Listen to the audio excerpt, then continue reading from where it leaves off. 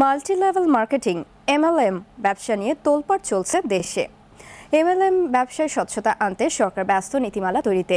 ঠিক একই সময় সরকারের সংশ্লিষ্টদের কর্তা ব্যক্তিদের ভুল বোঝাতে সক্রিয় কিছু MLM ব্যবসায়ী, অথচ এরাই সাধারণ মানুষকে দ্রুত গাড়ি বাড়ি করে দেওয়ার স্বপ্ন দেখিয়ে দিনের পর দিন ফেলছে প্রতারণার ফাঁদে। ফারুক হোসেনকে সঙ্গে নিয়ে মাহাতির ফারুকের প্রতিবেদন। এইটা বন্ধ করার জন্য আমরা সিদ্ধান্ত নিয়েছি। স্বরাষ্ট্র মন্ত্রণালয়কে এটা আমরা বলার জন্য আমরা সাজেশন দিয়েছি, এটা এই ওয়েবসাইটটা ব্লক করার জন্য। নীতিমালাটা যথেষ্ট স্পষ্ট নয় বলেই তারা বিভিন্ন ধরনের কর্মকাণ্ডে জড়িত হয়ে পড়েছে।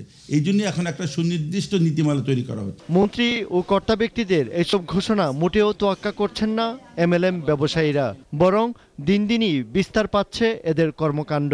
প্রোডাক্টগুলো নিয়ে আজকে সেশনটা আয়োজন করেছি। বিশেষ করে আমরা আপট্রেন্ডার নর্মালি স্বাস্থ্য ভালো রাখার জন্যে DCM এর যে পদ্ধতিটাকে আমরা অনুসরণ করি, আপনারা জানেন।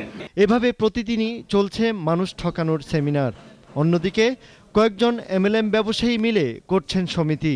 এই সমিতির ব্যক্তিরা নিজেদের আড়াল করতে সরকারের কর্তা ব্যক্তিদের ভুল বোঝাচ্ছে। অভিযোগ, মূলত এরাই সাধারণ মানুষকে প্রতারণার ফাঁদে ফেলছে। টোটাল বাংলাদেশে প্রায় 70 থেকে 80টা MLM কোম্পানি আছে। তারপরে ইনভেস্টরের উপরে বিজনেস করতেছে, ডেস্টিনি ইনভেস্টরের উপরে শেয়ার প্যাকেজে বিজনেস করছে, ডেস্টিনি ইমেজিন ট্রেড করছে। একটা গাছ 100 জন 200 জন 500 জনের কাছে বিক্রি করে। যদি জ্বরে গাছ ভেঙে যায় কি করবে তখন সে?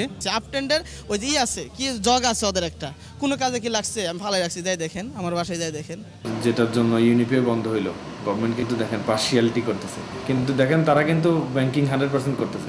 5,000 টাকা দিয়ে আমি গাছ কিনছি, 5,000 টাকা ওই সার্টিফিকেটের পিছনে একদম স্পষ্ট লেখা আছে যে 12 বছর পরে 2,30,000 টাকা একদম সার্টিফিকেটের মধ্যে লিখে দিছি।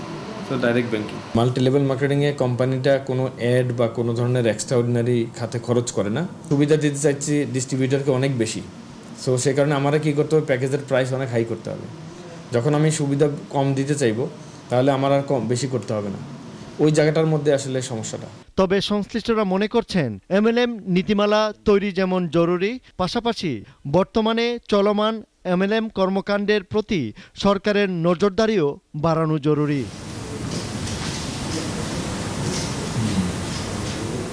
Mahathir Faruki, 21 television, Dhaka.